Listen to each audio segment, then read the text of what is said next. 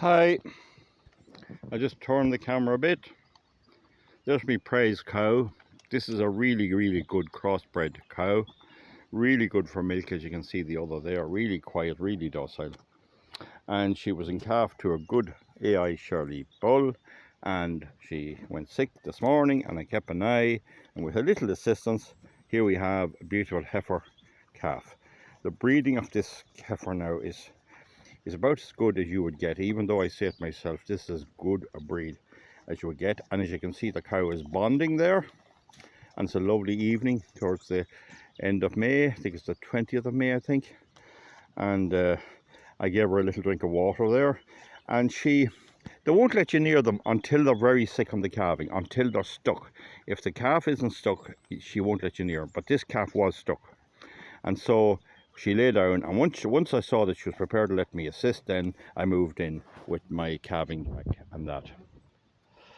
Now the calving jack, there's various designs, but this is my design here. You know them, big long stem on it. And it's important to understand, just in case people mightn't be familiar with this, you always have the legs up. The bottom, this part here, the hoop, goes below the birth channel and the udder. It does not go the other way around. You must have these two legs up so that the calf can come out along here, you see, and it goes like that. Do you understand now? So that's the way it's designed. Now, the first thing you do when you decide, you feel the calf and see is the head and nose coming. If the head is bent down and you pull, you do damage. You can't do that. When that happens, you need help really, or you need to get a string on the lower jaw of the calf and try and rectify it. If it's very bad, if it was really bad and they were badly caught, you might need a cesarean section. I get away with most of them, but anyway, they usually come right. And so you feel around and you get the wee legs, and these little straps goes on, and make sure you use these rope type ones. Don't get nylon. Don't get this type one. Now a bit of this is no harm to have around. You see the nylon rope there? You see it there, just the way I'm trying to work here. But that's no harm to have around, because everything helps. But have plenty of this. Cut it. You'll get it at various stores, or get a few of them.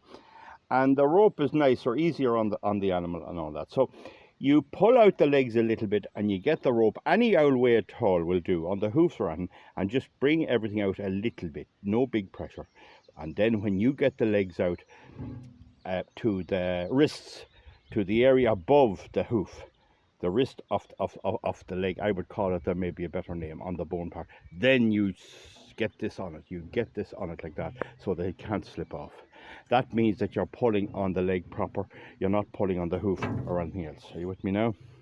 Now, this design, you see, for those who are not familiar, this design that, I just have to be awkward here with the camera. This way, do you see what happens? This is hard to hold it here. Watch now. See that? So it's important to have it that each pull of the lever pulls each leg.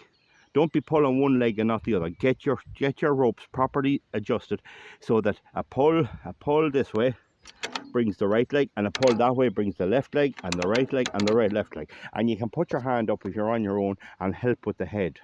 Now, also the thing about it is, you always pull down on this handle, and sometimes you'll get the head out and you have a problem with the what do you call it, the hips, and that can often get stuck. So as you pull, you see there's a big long, I have it here on the tractor, there's a big long stem on it, you see there, and then as you pull, the calf will begin coming out, and you pull downwards. Don't pull them up the way. That's against everything, the whole design of the cow. Pull down the way a good deal, and then if you get stuck on the hip, you can readjust your cords on the legs again and make sure they're right on them, and then bring them on out with the hips past.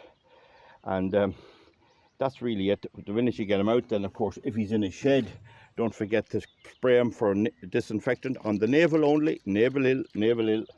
You have to get that done. But if he's out in the field, it's not a problem. But I do it anyway, it's no harm. So if you're into calving cattle at all, you need a calving jack. They're not expensive. different people have different ideas. My vet says the round aluminium one is the best, but this one now has stood me. It has rough edges on it, but it's done the job, and it should be probably better maintained, but sure, they'd last a lifetime. Now, just for people who are not familiar either, by pushing these here, you can let it back up. Do you see? See that? See that there? So you can let it back up. You want to relieve the thing a bit, you can let it up with these. So, and they're all more or less the same, I presume. And make sure the springs are working. If these springs break, not good, not good. You don't want to be messing with that. But usually the springs are good. And I'd say, if anything, if you're oiling anything, oil the springs only. I don't know, could you get those springs? You might have to splash out on a new one if it went to that. You must have those springs working so that you're not trying to pull them out by hand. Make sure they are working. So that's basically the situation. I then got have a nice wee drop of water and just had it here in this, tip it into his ear, clean out his mouth, and when he gets the water in the ear, you know whether you have a calf or you haven't. If when the cold water goes into the ear, he starts shaking the head, that's what you want. And then of course, make sure your cow has a nice drink of clean spring water, good water. I've given her a drink out of one of them, and she'll suck it off it, she'll drink some of it. Bring over your calf to your cow, pull him around. Now you have to be very careful. Cattle can be extremely dangerous, very, very dangerous. And always let somebody know on the phone if you're going doing this.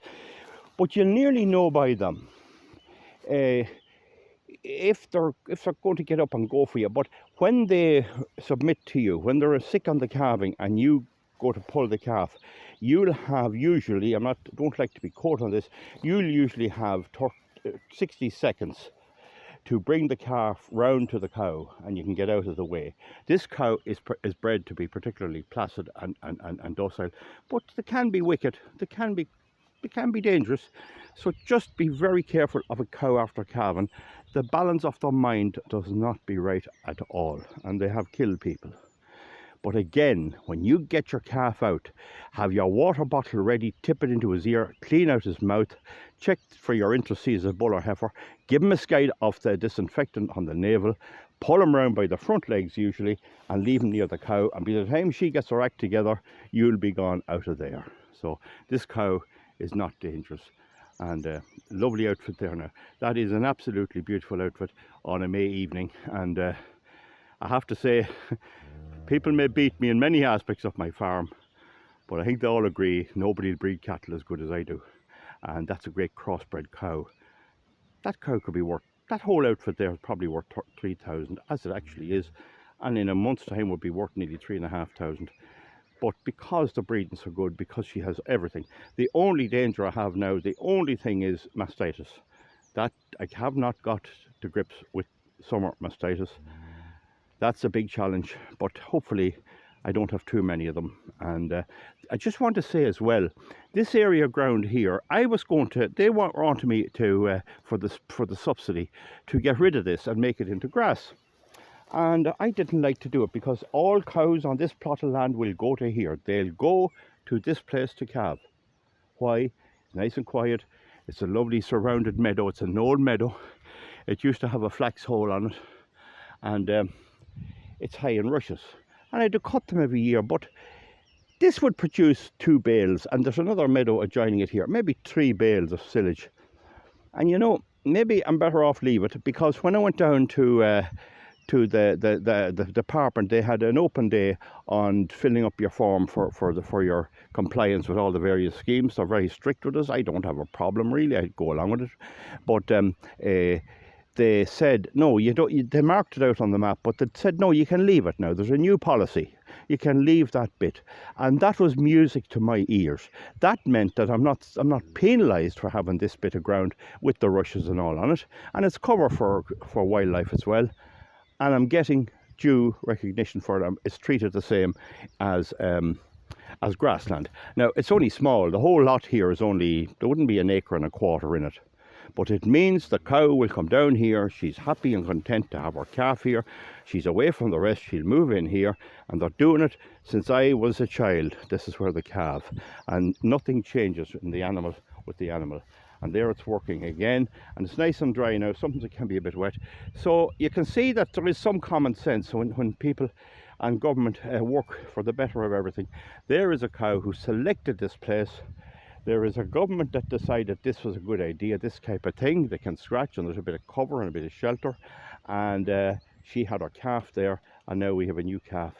And in some farms there's nothing, only green fields, and they go off to a spot and there's old barbed wire and everything in the way, whereas I don't have any of that. The whole thing is conducive to animal welfare, and it won't be too long till that wheelet is up and he'll be having a little suck for himself, and I can take it easy for the rest of the day. Give me a thumbs up or a thumbs down. Fair play to Mrs. Cow and little calf, little heifer calf.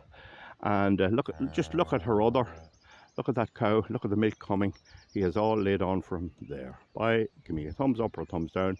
We'll see you back for something else. It's nice to have a happy video for a change. Bye.